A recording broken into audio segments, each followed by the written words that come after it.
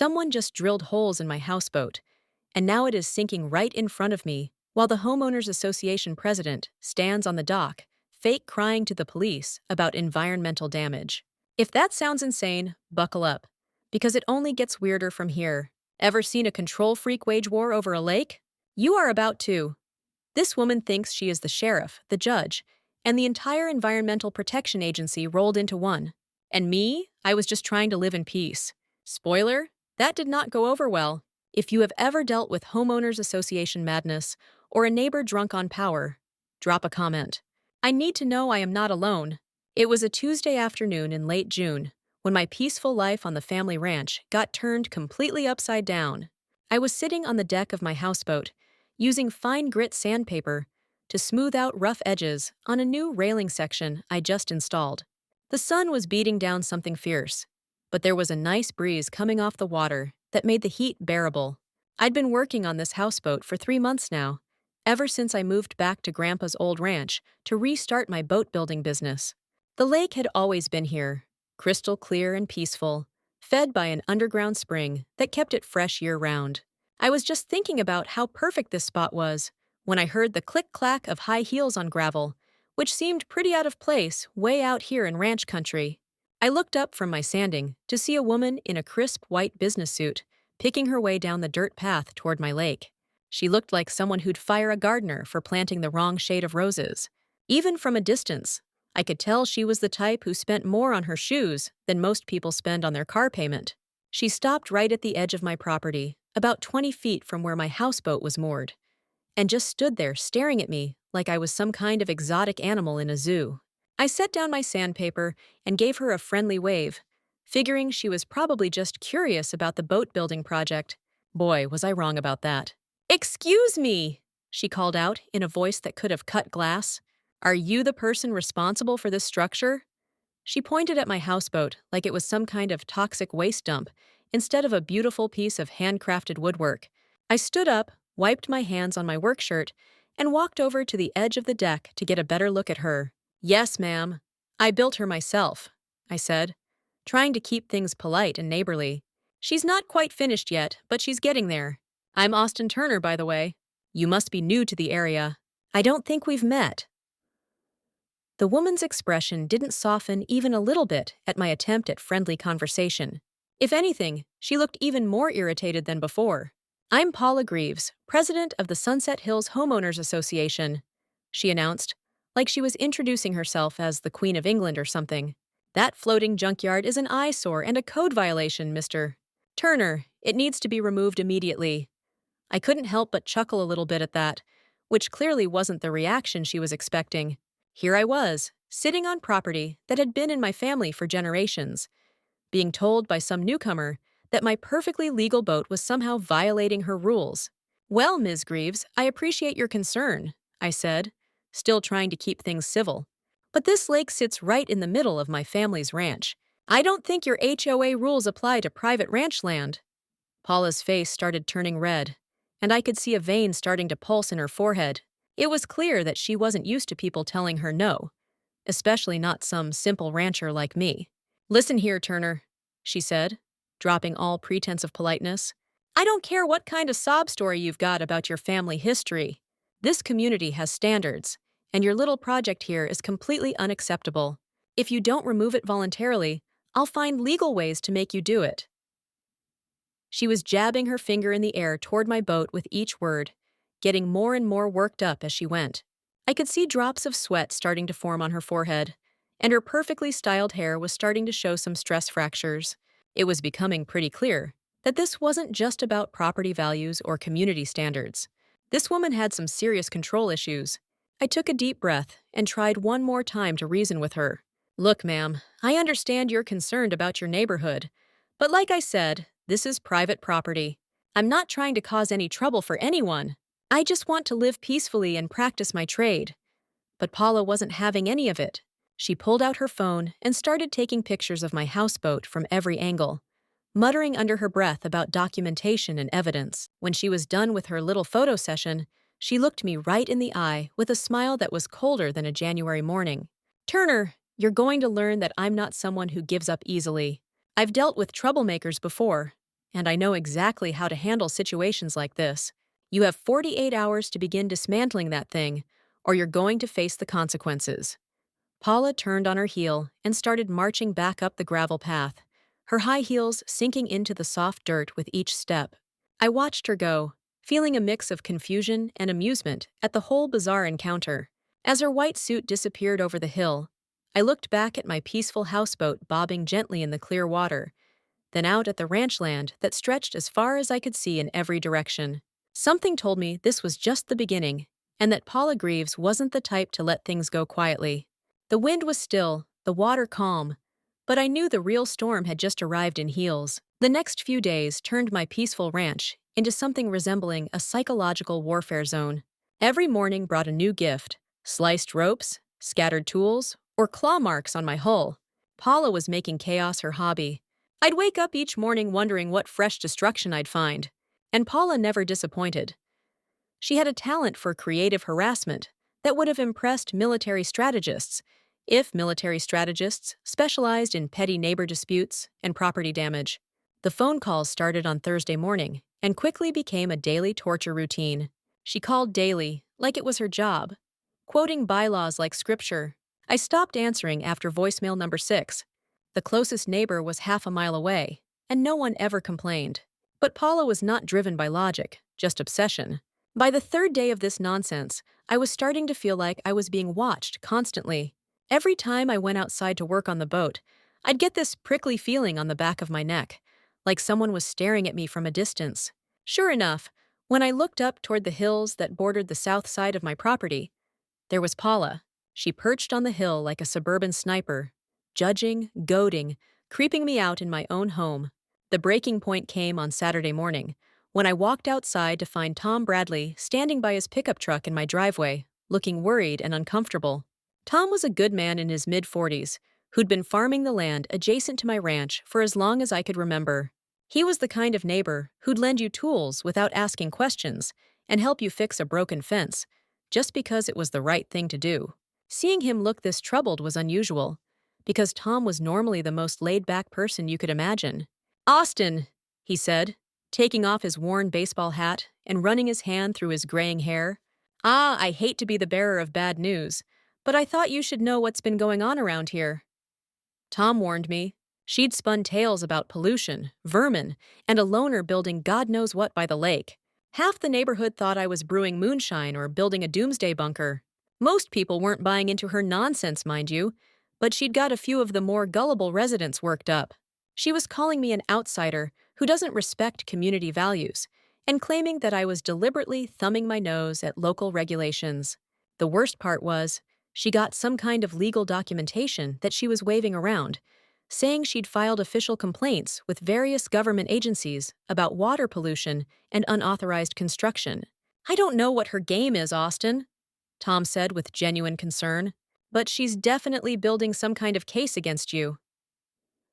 As Tom drove away, promising to keep me updated on any further developments, I walked back down to the lake and sat on the edge of my houseboat deck, trying to process what I just learned. Paula wasn't just some busybody neighbor with control issues. She was actively working to build a case against me, spreading lies about me throughout the community, and apparently filing false reports with government agencies.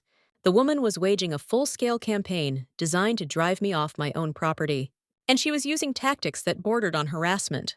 I found myself thinking about something my grandfather used to say about protecting what belonged to your family. But I wasn't quite ready to go to war with this crazy woman just yet. I decided to try a different approach. Maybe if I gave Paula the impression that her campaign was working, she'd back off and leave me alone. The next morning, I made a big show of removing some of the railings from my houseboat deck and stacking them on the shore, like I was preparing to dismantle the whole structure. I even left some dismantled pieces on the deck, just enough to let her think I was cracking under pressure. Sure enough, within an hour of my little performance, I could see Paula on her hilltop observation post, practically bouncing with excitement as she took pictures of what she thought was my surrender. But my strategy backfired in ways I never could have anticipated.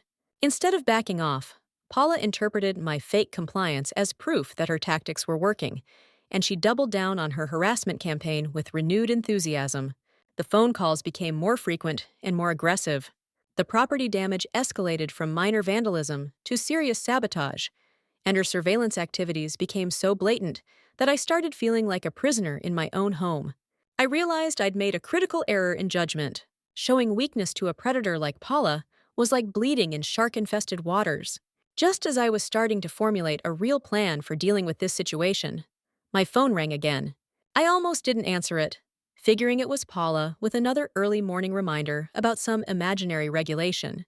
But when I looked at the caller ID, it showed Tom's number, which was unusual, since he just left my place 20 minutes earlier. "Austin!" Tom's voice was tense and urgent. "You need to know that Paula just drove past my place, heading toward your ranch, and she's got someone with her. Looks like an official vehicle of some kind. I think she might be bringing some kind of inspector or government agent to look at your property." I thanked Tom for the heads up and hung up, then looked out across the peaceful lake water that had been in my family for generations. Paula Greaves was about to learn that I wasn't some pushover city boy who would fold at the first sign of pressure. But first, I needed to make a phone call of my own. The phone call I made that morning changed everything, though I didn't realize it at the time.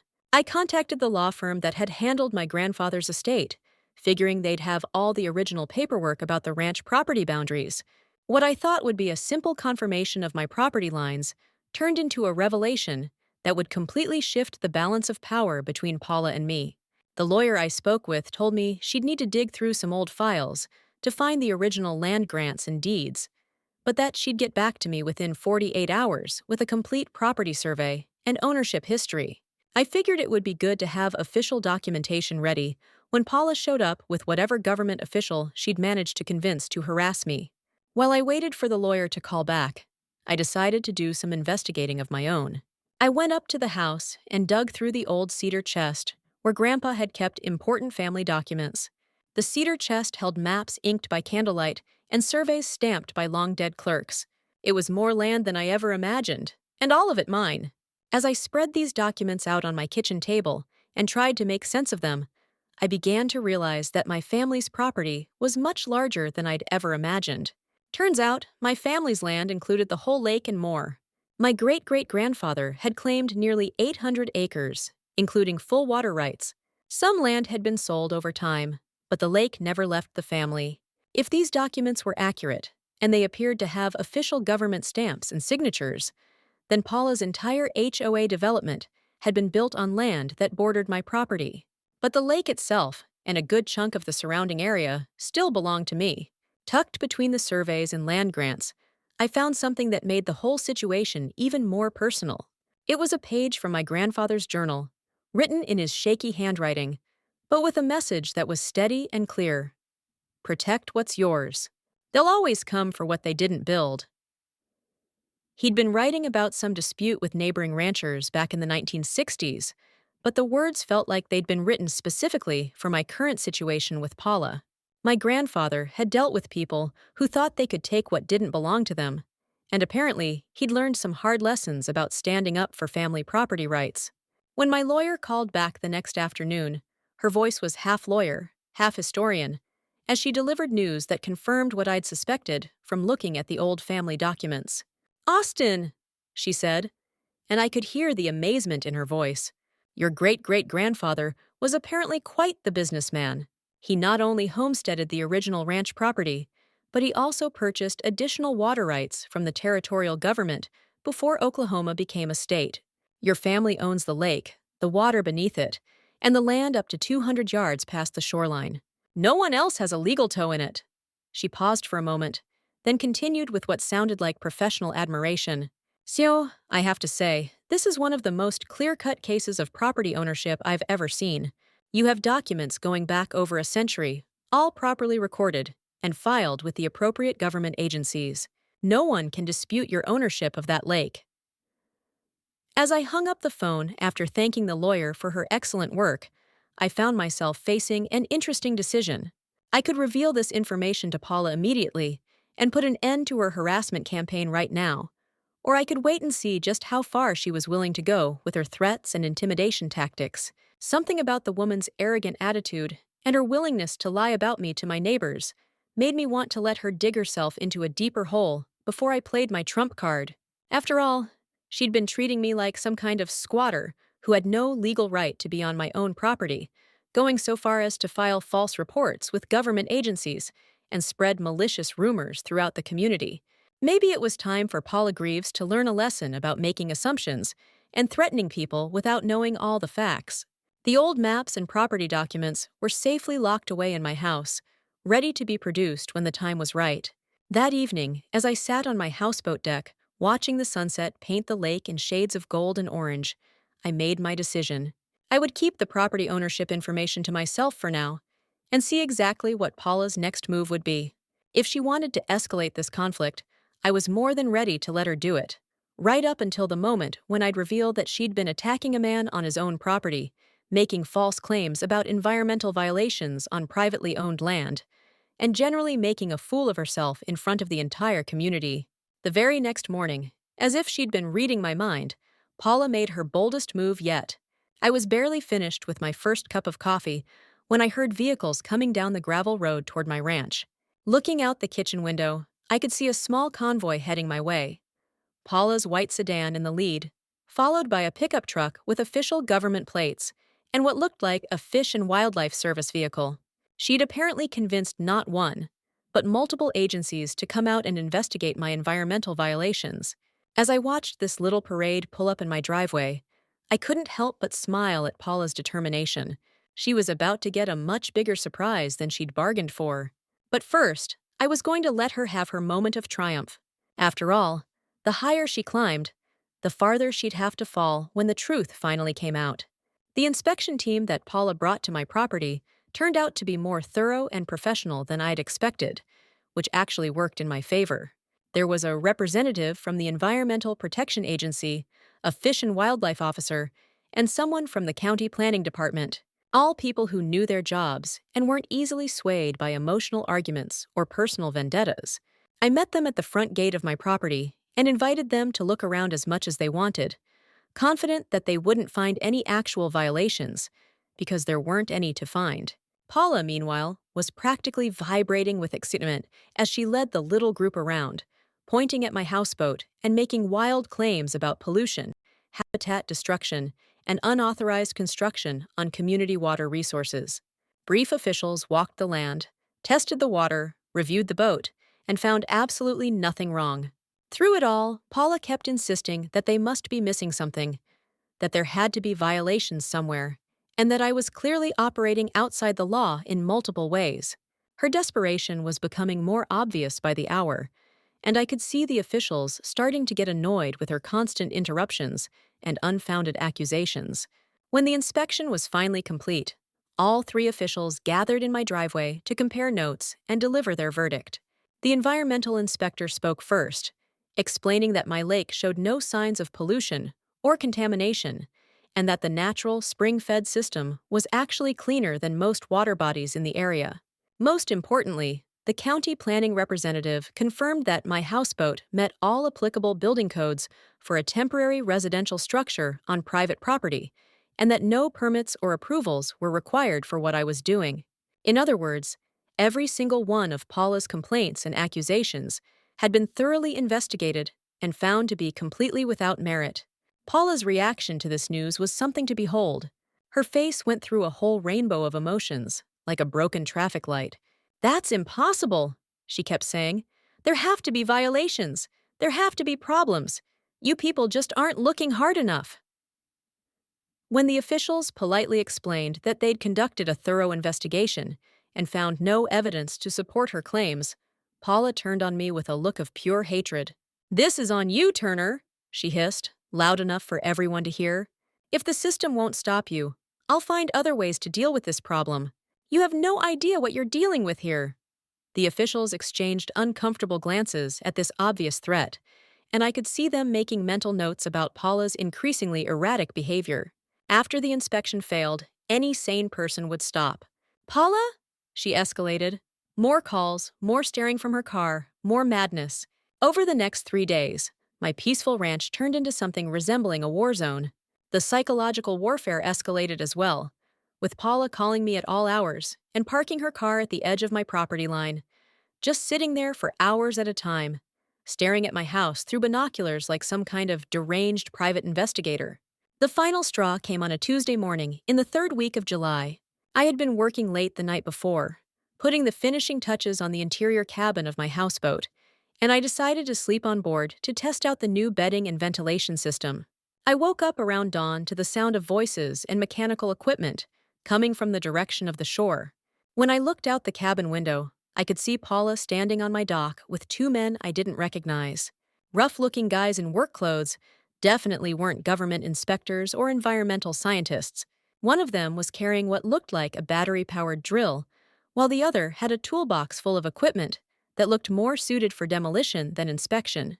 I threw on my clothes and rushed outside, just in time to see one of Paula's hired thugs drilling holes in the hull of my houseboat below the waterline. "Hey!" I shouted. "What the hell do you think you're doing?" The man with the drill looked up at me with a guilty expression, while his partner started backing toward the shore. Paula, meanwhile, stepped forward with a smile that was equal parts triumph and madness. "Just conducting some additional testing, Turner," she said in a voice that was way too calm for the situation. "We need to make sure this structure is seaworthy and won't pose a danger to the community if it breaks loose in a storm." But even as she spoke, I could see water starting to seep through the holes her saboteurs had drilled, and I realized with horror that my beautiful houseboat was starting to sink. The next few minutes were a blur of shouting, water, and desperate action. I dove into the lake and tried to plug the holes with anything I could find, while Paula's hired vandals quickly packed up their equipment and headed for their truck. The damage was too extensive to stop with improvised repairs, though, and I could only watch helplessly as my houseboat slowly settled lower and lower in the water. In desperation, I managed to retrieve a waterproof storage box containing my grandfather's old journals and some family photographs before the cabin went completely under. As I stood there, waist deep in lake water, holding the only things I'd been able to save, Paula pulled out her cell phone and made a call that I could hear clearly in the morning stillness. "Yes, I'd like to report an environmental emergency," she said in a voice full of fake concern. "There's a man here who's deliberately sunk a boat in our community lake, and it's leaking fuel and other pollutants into the water. You need to send someone out here immediately to arrest him." Standing there in the lake water, soaked to the skin and watching my months of work disappear beneath the surface, I felt something fundamental shift inside me. Up until that moment, I'd been treating Paula's harassment as an annoyance, the kind of neighbor dispute that could be resolved through patience, documentation, and proper legal channels. But watching her destroy my property, and then immediately call the police to blame me for the destruction she'd just ordered, I realized I was dealing with someone who had crossed the line from difficult neighbor into genuine criminal territory. The rage that filled me in that moment wasn't the hot, explosive kind that makes people do stupid things. It was the cold, calculating anger that comes from finally understanding exactly what kind of person you're dealing with. By the time Officer Mike Stevens arrived in his patrol car 20 minutes later, I'd managed to calm myself down and think through my strategy. Mike was a decent guy in his mid-30s who'd grown up in the area and knew most of the local families, including mine. He'd even helped my grandfather with some cattle rustling problems a few years back, so he wasn't coming into this situation with any preconceived notions about me being a troublemaker. Paula, meanwhile, had worked herself into a state of righteous indignation and was practically bouncing on her toes as she prepared to deliver what she clearly thought would be the knockout blow in her campaign against me. "Officer Stevens," Paula began in her most authoritative voice, "I'm so glad you could respond quickly to this emergency. As you can see, this man has deliberately sunk his illegal structure in our community lake, and I have witnesses who saw him drilling holes in the hull. He's contaminating our water supply and destroying property that belongs to the entire neighborhood. I've been trying to work with him for weeks to resolve this situation peacefully, but he's refused to cooperate with any reasonable request. Now he's escalated to outright environmental terrorism, and I demand that you arrest him immediately." She delivered this whole speech with the confidence of someone who believed her own lies, and I had to admire her commitment to the performance, even as I prepared to destroy her credibility completely. Officer Stevens listened to Paula's accusations with the patient expression of someone who'd heard a lot of neighbor disputes over the years, then turned to me with a questioning look. "Austin," he said in a tone that was professional but not unfriendly. I need to hear your side of this situation. Can you explain what happened here this morning? I took a deep breath, reached into my waterproof storage box, and pulled out the folder of legal documents that my lawyer had prepared for me. Even soaking wet, the plastic protective sleeves had kept the papers dry and readable. Mike, I said, handing him the folder, before I explain what happened, I think you need to see these property ownership documents. They might change your perspective on this whole situation quite a bit. As Officer Stevens opened the folder and began reading through the land grants, surveys, and property deeds, I could see Paula's confident expression start to waver. She obviously had no idea what documents I was showing him, but she could tell from his increasingly surprised facial expressions that whatever he was reading wasn't good news for her case. Ma'am, Stevens said, you've been reporting environmental crimes on land that isn't even yours. These documents, notarized, recorded, historic, say this entire lake sits on his family's private property.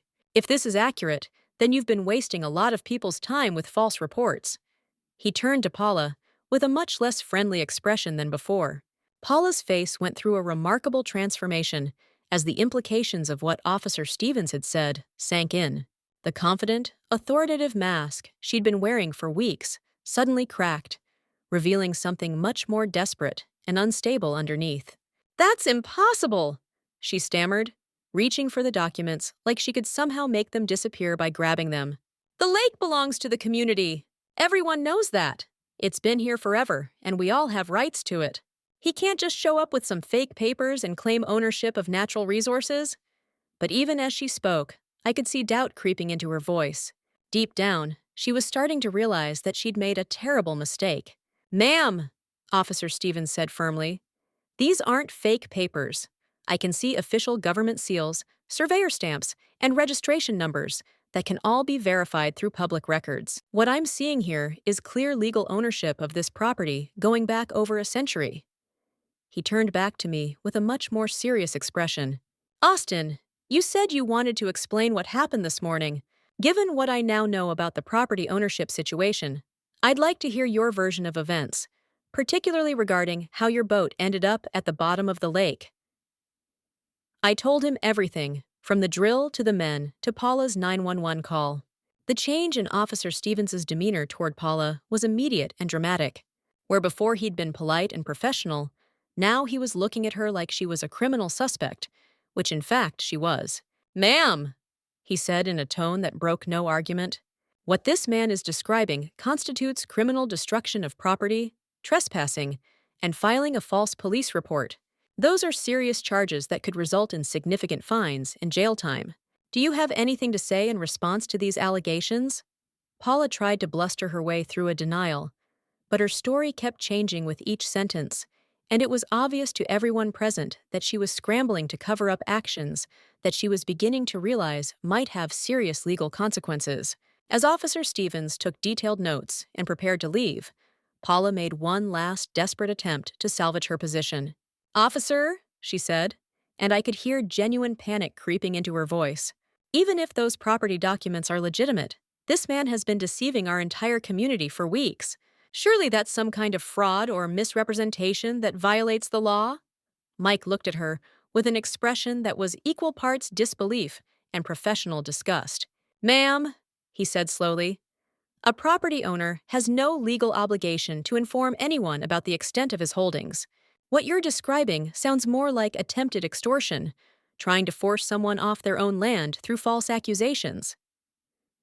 As I watched Paula's face crumble with the realization that her entire campaign against me had just backfired spectacularly, I felt a mixture of satisfaction and genuine pity. Officer Stevens assured me that he'd be filing a full report and that charges would likely be forthcoming, then suggested that I contact my insurance company about the destroyed houseboat and consider getting a restraining order against Paula. As his patrol car disappeared up the gravel road, leaving Paula and me alone by the lake, she turned to me with eyes full of hatred and spoke words that would prove to be prophetic. This isn't over, Turner. I'll make sure everyone in this community knows what kind of person you really are. By the time I'm done with you, you'll wish you'd never heard of this place. Paula's promise to destroy my reputation wasn't just an empty threat. She threw herself into the task with the same obsessive energy she'd brought to her earlier harassment campaign. Within 48 hours of Officer Stevens's visit, my phone started ringing with calls from neighbors I barely knew, all asking about the situation at the lake and whether it was true that I'd been hiding my real identity from the community. It quickly became clear that Paula was working the phones like a political operative, calling every resident in the HOA development with carefully crafted stories designed to make me look like some kind of con artist who had been deceiving everyone about my background and intentions. The centerpiece of her smear campaign was a group message thread that she'd created supposedly for community safety updates, but actually designed as a platform for spreading lies about me. Since I wasn't part of the HOA, I couldn't see the messages directly, but Tom Bradley kept me informed about the increasingly wild accusations Paula was making. She called me a fraud, a squatter, a threat to community values, and people, some gullible, some just nosy, started calling to ask if I was planning a water park. She mixed just enough truth into the lies to fool people who were already half convinced. Yes, I was relatively new to the area. Yes, I did have old property documents that proved ownership of the lake. But Paula described these as suspicious paperwork that appeared out of nowhere. The partial truths made her complete fabrications seem more credible. The online harassment campaign was particularly vicious and persistent. Paula had somehow gotten hold of my phone number and was sharing it with anyone who'd listen, encouraging people to call me with questions about my true intentions. Most of these calls were more curious than hostile, concerned neighbors wanting to hear my side of the story. But a few were genuinely nasty, with anonymous callers accusing me of everything from environmental terrorism to real estate fraud. The constant ringing became so disruptive that I finally had to disconnect my landline and rely solely on my cell phone, giving the number only to people I trusted, like Tom Bradley and Officer Stevens. Tom was doing his best to counter Paula's propaganda campaign, but he was fighting an uphill battle against someone who had nothing to lose, and apparently unlimited time to devote to destroying my reputation. She's got about half the development convinced that you're some kind of criminal mastermind, Tom told me during one of his evening visits to check on my welfare. The other half thinks she's completely lost her mind, but they're not sure what to believe about the property ownership situation. Paula's got them thinking that keeping quiet about it was somehow deceptive or suspicious. The most frustrating part of dealing with Paula's smear campaign was how difficult it was to defend against accusations that were mostly lies mixed with partial truths. The breakthrough came from an unexpected source, and it was Paula's own arrogance that provided the key to exposing her lies. During one of her phone calls to spread rumors about me, she'd apparently gotten carried away with her storytelling and claimed to have video evidence of me destroying my own houseboat. When pressed for details, she'd told several people that she'd been recording the lake area for security purposes and had captured the whole incident on camera. This claim quickly made its way back to Tom, who immediately called me with the news that Paula was telling people she had video proof of my alleged insurance fraud. At first, I was puzzled by this claim because I knew Paula didn't have any video evidence of me destroying my own property, mainly because I hadn't destroyed it. She had. But then I remembered something that made my blood run cold. When I'd first spotted Paula and her hired vandals on my dock that morning, I'd seen one of them holding what I'd assumed was drilling equipment. But thinking back on it now, the device could just as easily have been a video camera. If Paula had been recording when her people drilled holes in my houseboat, then she indeed had video evidence. But it would show her people committing the sabotage, not me. The question was whether she was stupid enough to actually show this video to anyone, or whether she was just bluffing about having evidence to make her story sound more credible.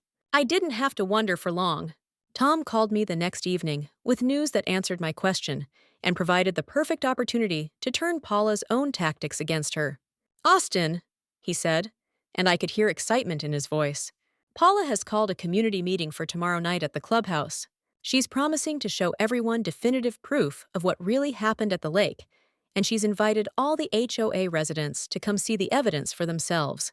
She's apparently convinced that whatever she's got on video will destroy your credibility once and for all." I thanked Tom for the information and spent the rest of the evening preparing for what I knew would be the final confrontation in this increasingly bizarre conflict. If Paula wanted to show video evidence to the entire community, I was more than happy to let her do it, especially since I had a pretty good idea of what that video would actually reveal. The community meeting was held in the clubhouse of the Sunset Hills development, a modest building that usually hosted book clubs and birthday parties, but tonight was packed with nearly every resident in the HOA. I arrived about 10 minutes before the scheduled start time, carrying a folder of documents and wearing the same work clothes I'd been wearing the day my houseboat was destroyed. The conversations died down as I walked in, and I could feel dozens of pairs of eyes tracking my movement as I found an empty chair near the back of the room. Paula was standing at the front, near a large television screen, looking more confident and self-assured than I'd seen her since this whole conflict began. "Thank you all for coming tonight," Paula began, addressing the room like she was running for political office. "Tonight, I'm going to show you definitive proof of the kind of person we're dealing with and why it's so important that we stand together as a community." She gestured dramatically toward the television screen, which was connected to her laptop computer.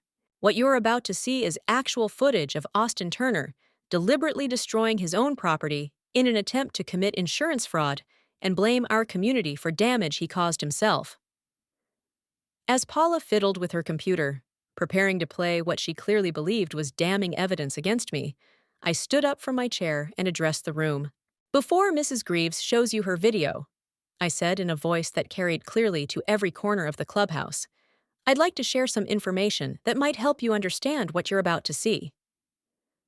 I opened my folder and pulled out copies of the property documents that Officer Stevens had examined. These are the original land grants and property deeds for my family's ranch, dating back to the 1870s. As you can see from the official surveys and government stamps, my family has owned the entire lake and surrounding area for over a century. Mrs. Greaves has been filing complaints and making accusations about activities taking place on my private property, apparently without realizing that she had no legal standing to do so. The murmur that went through the room at this revelation was exactly what I had expected. Surprise, confusion, and more than a little embarrassment from people who'd been taken in by Paula's stories. I could see neighbors turning to each other with expressions that clearly said, "Why didn't we know about this?" And, "How could we have been so gullible?" Paula, meanwhile, was looking increasingly frantic as she realized that her big moment of triumph was already starting to slip away from her. "Those documents don't change anything," she said, her voice rising to overcome the growing chatter in the room. "Turner has still committed fraud and environmental destruction that affects our entire community.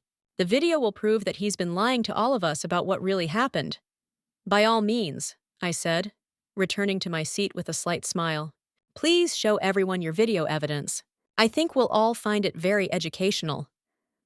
Paula shot me a look of pure hatred, but she was too committed to her plan to back down now. She clicked play on her laptop, and the large television screen lit up with grainy footage that had obviously been shot from a considerable distance. The image quality wasn't great, but it was clear enough to show my houseboat moored at the dock, with several figures moving around on the deck. Paula provided running commentary as the video played, pointing out what she claimed were my deliberate actions to destroy the structure and contaminate the lake. But as the video continued, it became obvious to everyone in the room that Paula's narrative didn't match what they were actually seeing on screen. The figures on the houseboat deck weren't moving like someone trying to destroy their own property. They were working systematically and deliberately, using tools to drill holes in specific locations below the waterline. Most damning of all, the camera angle clearly showed Paula herself standing on the shore, apparently directing the operation and checking her watch, like she was monitoring the progress. When a figure that was obviously me appeared in the video, running toward the dock and shouting at the saboteurs, Paula's voice on the soundtrack could be heard saying, "Hurry up and finish before he stops you." The silence in the clubhouse when the video ended was absolutely deafening. Every person in the room had just watched Paula provide ironclad evidence of her own criminal behavior, apparently without realizing what she was revealing. The woman who'd spent weeks accusing me of environmental destruction and fraud had just shown the entire community video proof that she was guilty of exactly the crimes she'd been attributing to me. I stood up again, and this time my voice carried a note of authority that commanded everyone's attention. "As you can all see," I said, "Mrs. Greaves has just provided definitive evidence that she hired people to destroy my property, then immediately called the police to blame me for the destruction she'd ordered. This is what law enforcement calls destruction of property, criminal trespassing, and filing a false police report. Paula tried desperately to salvage the situation, claiming that the video had been edited or that people were misinterpreting what they'd seen. But her protests fell on deaf ears. The evidence was too clear, and her earlier lies too obvious for anyone to take her seriously anymore.